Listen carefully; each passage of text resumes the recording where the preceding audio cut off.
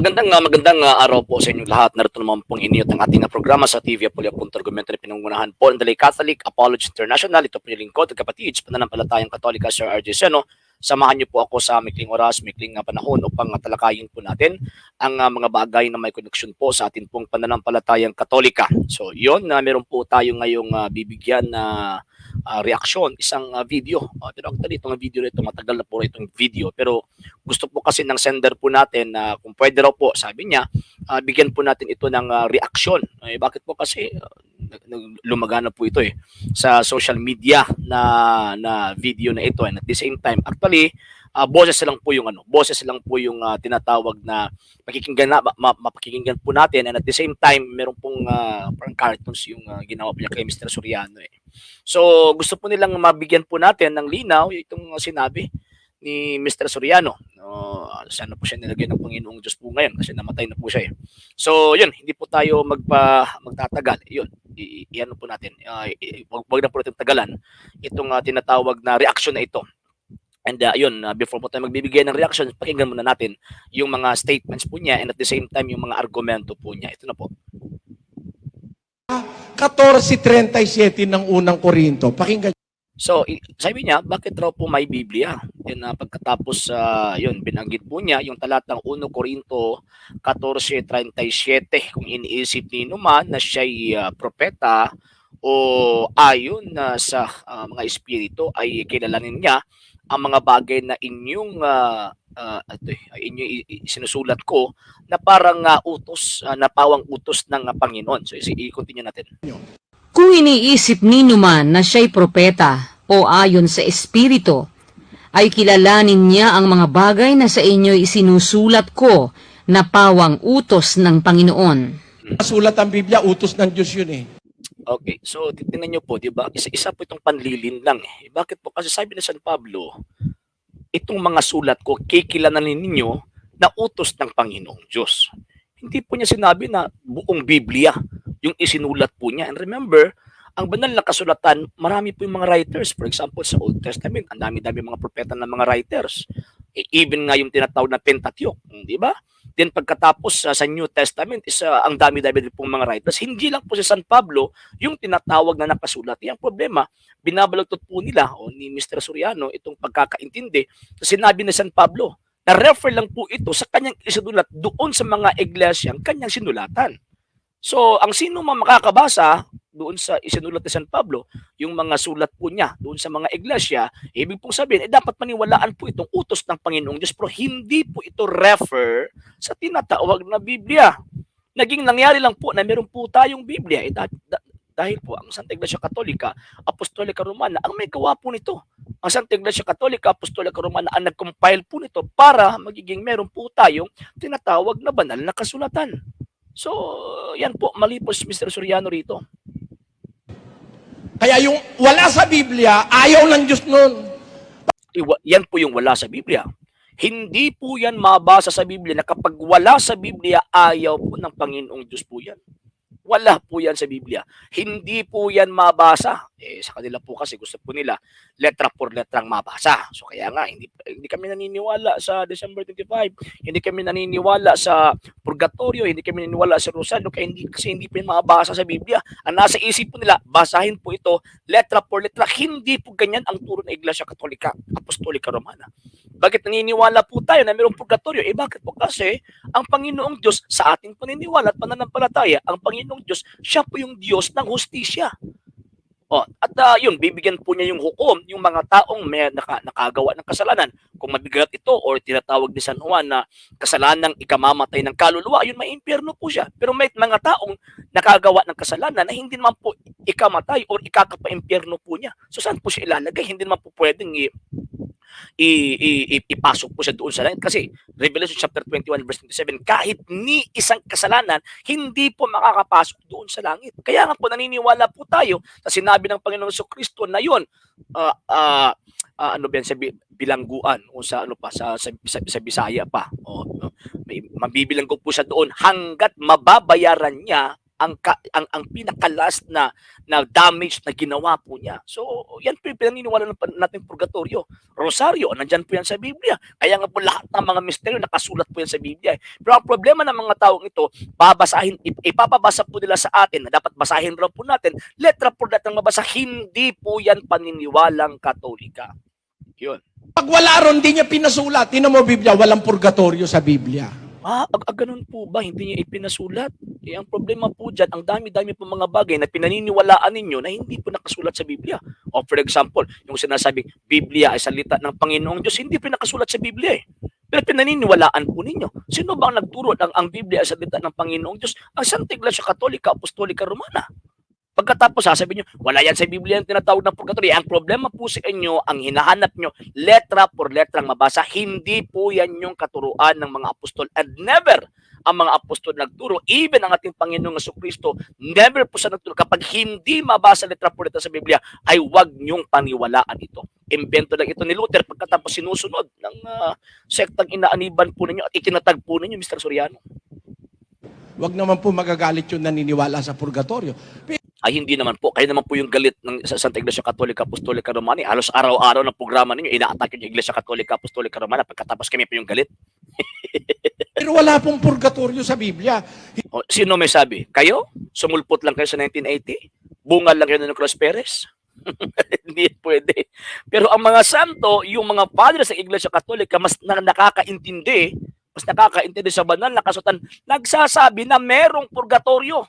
At yung implied, implicit teachings po yan ng mga apostol, particularly yung puno ng mga apostol, San Pedro, di ba? First Peter. Pagkatapos si Panginoong Jesucristo mismo, nagturo na yun. Mabibilang mo ka dun hanggat mababayaran mo ang pinakalas na sentavo na inutang mo against sa iyong kasalanan.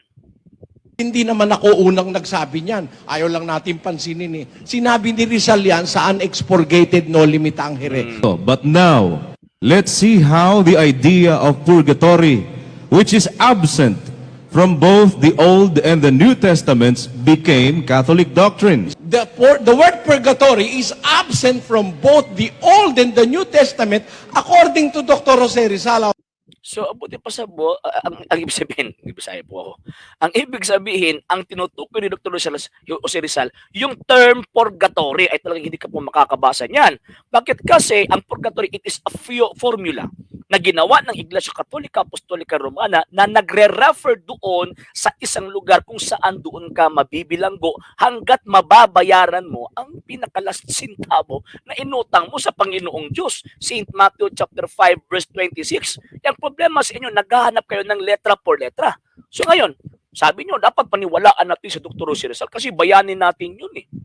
Remember na sinabi po yan ni Rizal para pag-atake po niya sa mga kalaban po niya na nasa Iglesia Katolika Apostolika Romana. Hindi po ang Iglesia Katolika Apostolika Romana ang kalaban ni Dr. Jose Rizal. Kung hindi, yung mga friars po noon, yung mga pari po noon, sabi niya, nakita po niya na umabuso sa tinatawag na mga Filipino, yan po yung kalaban po niya. So inaatake po niya yung doktrina, hindi po siya naniniwala, kung hindi para matamaan po yung gusto po niyang atakihin yung mga paring mga abusador.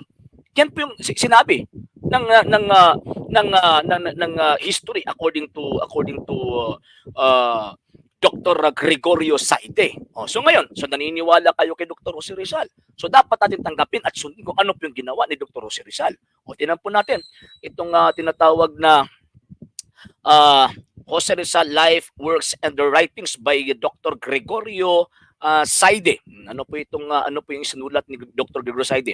Ito po yung retraction ni Rizal concerning sa mga atake po niya sa paniniwala at pananampalatayang Katolika. Ito po, sinabi rito, the retraction, we have stated before that Rizal wrote and signed a retraction at 11:30 p.m. So, ibig sabihin, sinabi po dito na, yun, alam po nila na si Dr. Jose Rizal ay sumulat at pumirma sa isang retraction. So, ibig sabihin, binawi po niya yung kanyang mga atake sa Iglesia Katolika at 11:30 p.m. December 29, 1896. Ito po yung full text. Its full text is as follows. I declare that I am a Catholic, and in this religion in which I was born and educated, I wish to live and die. I retract with all my heart anything in my words, writings, publications, and conduct that has been contrary to my character as a child of the church. What church of this? itong iglesia po ito, ang Santa Iglesia Katolika Apostolika Romana. I believe and profess what it teaches. So yung purgatorio, yung inatake po niya, naniniwala po siya na mayroong tinatawag na purgatorio. Continue natin. I submit to what it demands. I abominate masonry as an enemy of the church and as society prohibited by it. The diocesan prelate as the superior ecclesiastical authority may make this manifestation public. I declare this spontaneously in order to repair any scandal. So yung sinabi po niya na walang purgatorio, skandalo po yung sa Iglesia Katolika. Sabi niya, to repair any scandal which my acts may have caused and so that God and man may pardon me. Manila, December 29, 1896. Pinirmahan po ito ni Dr. Jose Rizal. Sinabi nito, ito po yung komento ng tinatawag na writer si Dr. Gregorio Sadi. It must be understood that what Rizal retracted were the errors in religion and attacks against the church, not the political convictions. So yung sinabi po kanina, hindi po ang Iglesia Katolika ang kalaban po niya, kung hindi yung gobyerno. So meron po mga witness po dito, si Juan del Fresno, Chief of the Guard Detail, and si Eloy More, Adjutant of the Plaza. So yun. Isa pa, anong sabi ni Dr. Gregorio Sadi? By retracting his religious errors and returning to the fold of Catholicism, Rizal emerged a greater man. So dito, by retracting his religious errors, yung sinabi ni Mr. Soriano na kinuot po niya sa Noli Me Tangere, isa po yan. Isa po yun sa tinatawag na religious errors na itinuro ni Dr. Jose Rizal. So, niretract po ni Rizal po yun. Nag-retract po si Rizal concerning sa atake po niya sa Iglesia Katolika Apostolika Romana. Imposible po na hindi po ito nabasa ni Mr. Soriano at yung mga alagad po niya. Dapat sana sumunod po kayo kung ano po yung ginawa ni Dr. Jose Rizal. Na ano po? Na dapat tayong mga Filipino dapat same kay Rizal, mananatili tayong Katoliko at maniniwala kung ano po yung katuruan ng Santa Iglesia Katolika Apostolika Romana. So, ayan po. So, actually, hindi po yan umabot ng 1 minute pero sige lang, okay lang yung video kasi yan lang po yung isinend po sa atin na re-reactionan po natin. So, yan po, wag po tayong magpalin lang sa mga kaibigan po natin, mga sulpot na gusto po nang sirain ng Santa Iglesia Katolika Apostolika Romana. Okay, so hindi pa nakapag-follow sa mga pages po natin, i-follow nyo po yung mga pages po natin. RJ Horolan Sandro II TV, Apolia Punto Argumento, and Kuya Apologist TV page, and then pwede po kayo mag-send po dyan ng Facebook stars. And also sa ating po mga channels, hindi po nakapag-subscribe, i-subscribe po ninyo yung mga channels natin, Dalay Catholic, Apologist International Official, RJ Sandro II TV, Kuya Apologist TV, Barrio Kawayan, Religious Forum, and pwede po kayo mag-send po dyan ng super stickers, super chats, and the super thanks. And sa lahat ng mga Katoliko na gusto pong tumulong sa programa pong ito, pwede po yung ipadala tulong ng suporta po ninyo sa pamamagitan po ng ating mga account numbers, and po sa mga screenshot, tumatakbong information, and pwede nyo po kaming i-message sa ating pong page kung by remittance po yung ipadala po ninyo. Maraming salamat po. Okay, so yan lang po muna. Sa kalan po na buong pera sa ng TV Apolia Punto Argumento, pinungunahan po ng Dalay Catholic Apologist International. Sa mga kasamahan ko po sa LCA, sa lahat po ng mga Katoliko sumusubaybay, tumutulong at sumusuporta sa programa pong ito. Ito po yung lingkod at kapatid sa pananampalatayang Katolika, Sir RJ Seno. Pansamantala magpapaalam po sa magsasabing Ecclesiam Servire et Fidem Catholicam Defendere. Magandang gabi po sa inyong lahat. Ave Maria, Viva Cristo Rey.